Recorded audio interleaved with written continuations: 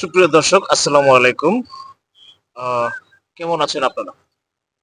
আমি ততটা ভালো নেই, কেননা আমি একটা জিনিস অ্যানালাইসিস করলাম। বিশেষ করে আমি যখন স্টার সেন্টার হইলাম, আপনাদের যখন স্টার গিফট করতেছি, ঠিক সেই সময়টাতে আমি অ্যানালাইসিস করলাম যে আমার ভিডিওর হেলথ খারাপ হয়ে যাচ্ছে। অনেকেই প্রশ্ন করবে যে ভিডিওর হেলথ হয় নাকি? জি ভাই, ভিডিওর হেলথ হয়। মানুষের যেমন স্বাস্থ্য ভালো মন্দ আছে, ঠিক ভিডিওর ক্ষেত্রে এরকম ভালো মন্দ আছে।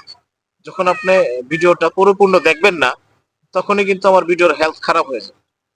আর না দেখেই যখন আপনি কমেন্ট করবেন, সেই ক্ষেত্রেও আমার ভিডিওটার হেলথ খারাপ হয়ে যায়।